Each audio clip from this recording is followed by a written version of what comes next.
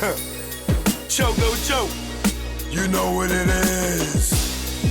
Yo, y'all niggas better stay DL. Down low.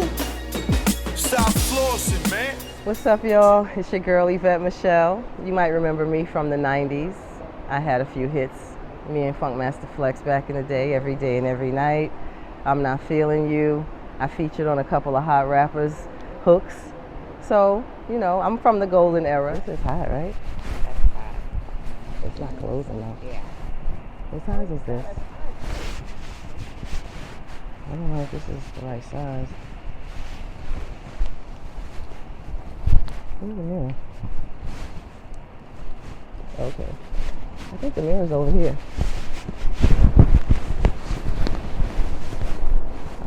Okay. This might be good. If I get the size that fits. You know, I have that little linebacker action going on. I like this. I think this would be enough. It wasn't even need to be closed. You don't think so? Just tie it. What's up, everybody? This is your girl, Yvette Michele. We all have a story to tell and lessons to learn, and this is my story. Choke, no joke. Yeah. It's choke, no joke. Let's go. What were your early struggles pursuing your music career, and how did you overcome them? What were my early struggles pursuing the music career, and how did I overcome them? Self-confidence was one of my early struggles, and defining my sound. I knew what I wanted, but I didn't know how to describe myself without pointing to other artists as comparisons. I didn't realize that was a skill or an asset. Like, I didn't exude my flavor automatically. I had to kind of differentiate myself because there were so many artists coming out at that time. Right. And we all were, coming right after Mary, and everybody else was trying to pattern themselves as a variation of that. And I knew that I had the same basic elements. She and I literally come from the same place, but I had a different sound and different, grassroots base to my type of music. It was more dance. Right. And I didn't really articulate that well. I wish I had. It kind of cost me a little bit of agita in the process of finding the right music. And then getting support. Folks were like, well, how are you different? What is your angle? And what was the second part of the question? What would I? It was what were the struggles and how did you overcome Okay, them? so how I overcame them was just head on, watching other artists operate, making it a point to interview more, to talk more about myself, to talk to others. Try to be more of a collaborator than the diva who just shows up at the studio, but engage with the creators and help myself articulate and define my sound correctly. And it worked. I created some excellent alliances with producers. Like, almost by the time I got my deal, I had befriended almost all of the hitmen. I had figured out what I wanted to do and how I wanted to approach my album. It didn't all come to fruition, but at least I had my concept. Right. Now, as far as support, is there anybody in your family that did not support you? I would say no. I got support.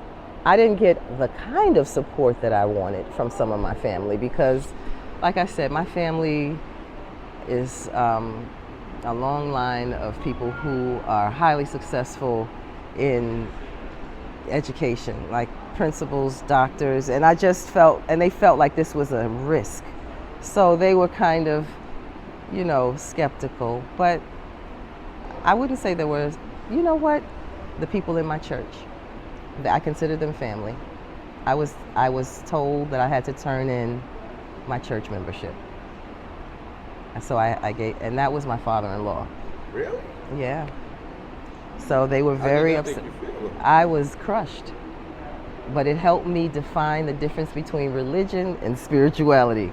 So all things work together for good. What's the difference between religion and spirituality? Religion is a set of rules and dogma, and spirituality is your relationship with the Maker, the Most High. And separate. And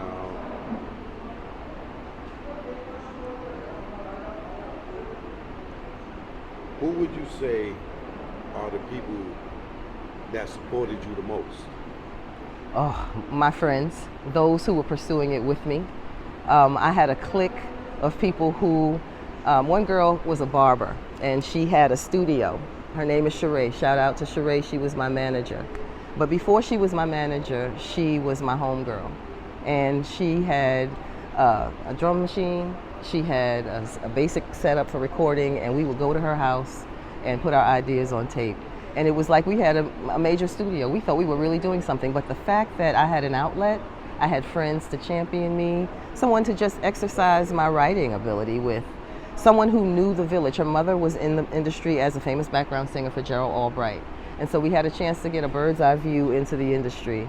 And she let me tag along, and it was immeasurable. I mean, just conversations with her mother about whether it was authentic to sing falsetto. I used to be so particular about technicalities because I wanted to be considered technically accurate as a singer. Right. And so being with her and that crew helped me exercise that muscle and give me a little bit of relief and grace in the fact that even though some of my famous singers were excellent, they weren't always perfect. And so I could, I had a chance to kind of relax and be comfortable with being nervous and embrace my anxiety around certain things. But I would say my inner circle, because when I made it, it was, even my coworkers from my job, we still laugh today about how they came to my album release party. They didn't know how to dress. They had on buttoned up work clothes. It was so funny. But they were there to support me, and it was all good. And I was so happy. I was so proud. Yeah. So, there's going to be people in the industry that say they supported you. This will be your time to give them props. Who are the people that you could say supported you? I would say the producers that I worked with, hands down. Everybody that wanted to be a part of my album definitely was a friend. Shout out to Full Force. Obviously Flex, he gave me my shot. He supported me until the album was completed and we got the project done.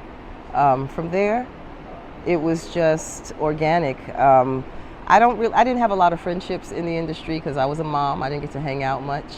I had to go home after the show. So, but I didn't have any enemies. So I can't say that I didn't get supported. I think that anybody who got a chance to know me supported me. So now, after your project come around, it was like we didn't see you with Flex no more. I know. So what happened with you and Flex? Well, after my first album, I was released from the contract. It was explained to me that the units sold did not reach a certain level and that it was not a real cost benefit for the company to retain me as an act. And so it sort of affected my relationship with him. I think the disconnect just started there, and when life continued. So are you saying like when the label dropped you, then he felt like we lost touch? Yeah, I guess. I don't really know how Flex feels. That's the thing. I don't want to speak for him, but we no longer kept in touch. And I pursued it for quite some time, but it wasn't really reciprocated. And I know he what?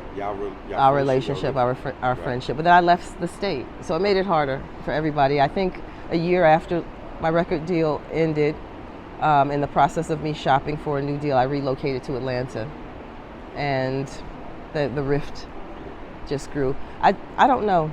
That's a question that I'd love to have answered today. Like, what happened to us? Because I don't have any issue. Hey, I mean, look, it's all love with me. I never had any issue. Wow, Flex, we need to know what's going on, man. We need a little reunion. Call Yvette Michele up to your show and have a talk. Yeah. Okay. Yeah, nice little. Yeah, yeah, that'll be nice. That'll be nice. That'll be dope. Okay. Choke, no joke. You know what it is. Yo, y'all niggas better stay DL. Down low. Stop flossing, man. You just want them to just come and get you? Learn from our mistakes, man. That's what this is about. Learn from mistakes. Choke, no joke. Let's go. You already know. Make it low. Let's go. My aim was enlightened, drop jewels on you. You thinking I'm jealous, I ain't got cheddar like you. I'm the dude to a game, you got school. Was a local cat, snatch you when I made moves.